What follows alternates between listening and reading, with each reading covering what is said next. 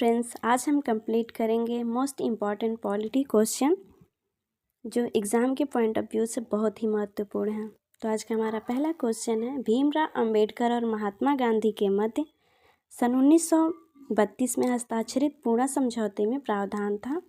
ए, भारत के लिए डोमिनियन स्थिति बनाए जाने का, या बी, मुसलमान के लिए पृथक निर्वाचन क्षेत्र का, या सी, हरिजन के लिए पृथक निर्वाचन क्षेत्र का, या डी, हरिजन के लिए पृथक आरक्षण सहित संयुक्त निर्वाचन क्षेत्र का। तो हमारा सही आंसर हो जाएगा डी, सन 1932 में हस्ताक्षरित पूरे समझौते में हरिजन के लिए पृथक आरक्षण सहित संयुक्त निर्वाचन क्षेत्र का प्रावधान था।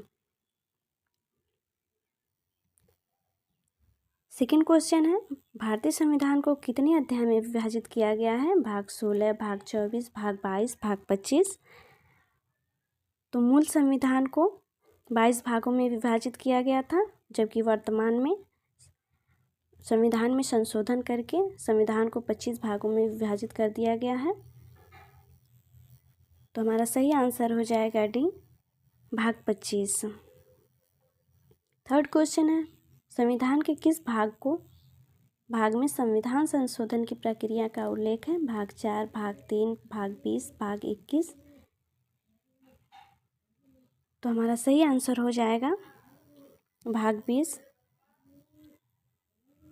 संविधान के भाग 20 के अनुच्छेद 368 संसद को संविधान तथा इसकी प्रक्रियाओं को संशोधित करने की शक्तियां प्रदान करता है। आर्टिकल 368 में वर्णित प्रक्रिया के अनुसार संसद संविधान में नए उपबंध जोड़कर या किसी उपबंध को हटाकर या बदलकर संविधान में संशोधन कर सकती है। फोर्थ क्वेश्चन है, संविधान के किस भाग में पंचायती राज व्यवस्था संबंधी प्रावधान दिए गए हैं? भाग 9, भाग 10, भाग 11, भाग 12। तो हमारा सही आंसर हो जाएगा ए, भाग 9। संविधान के भाग 9 में पंचायती राज व्यवस्था से संबंधित प्रावधान किया गया है। क्वेश्चन नंबर 5, संविधान के किस भाग में अस्थायी संक्रमणकालीन और विशेष उपबंधों के प्रावधान हैं? भाग 18, भाग 19, भाग 21, भाग 22। तो हमारा सही आंसर हो जाएगा सी, भाग 21। वर्तमान में आर्टिकल 370 भारत के संविधान के भाग 21 अस्थायी संक्रमणकालीन और विशेष उपबंध में जम्मू और कश्मीर के संबंध में एक अस्थायी प्रावधान के रूप में शामिल है। 6, संविधान के किस भाग में 3 सोपानों में पंचायतें बनाने की परिकल्पना की गई है? भाग 9, भाग 10, भाग 11, भाग 12।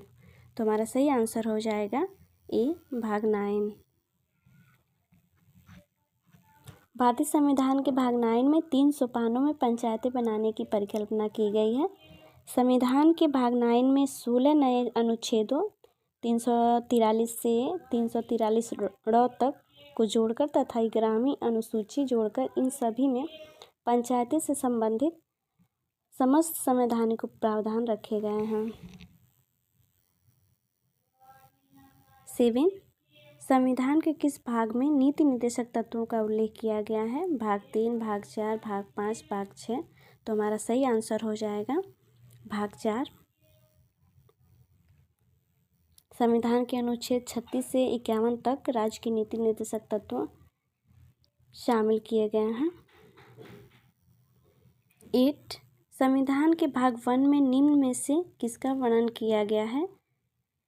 ए, संघ और उसका राज्य क्षेत्र, बी, नागरिकता, सी, मूल अधिकार, डी, राज्य की नीति निर्देशक तत्व। हमारा सही आंसर हो जाएगा ए, संघ और उसका राज्य क्षेत्र। संविधान में भारत के संप्रभुत्व संपन्न लोकतांत्रिक गणराज्य को आर्टिकल 1 में राज्यों का संघ घोषित किया गया है। क्वेश्चन नंबर 9, संघीय कार्यपालिका की व्याख्या संविधान के किस भाग में की गई है?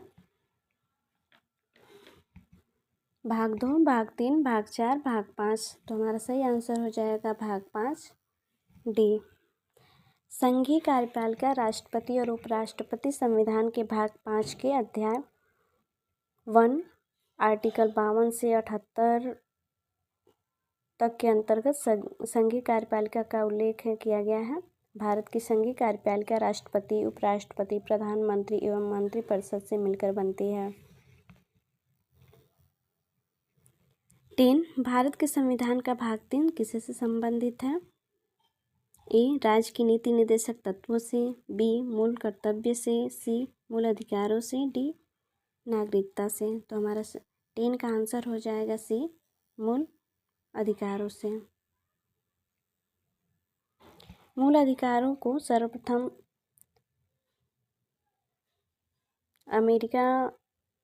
संयुक्त राज्य अमेरिका में मान्यता प्रदान की गई थी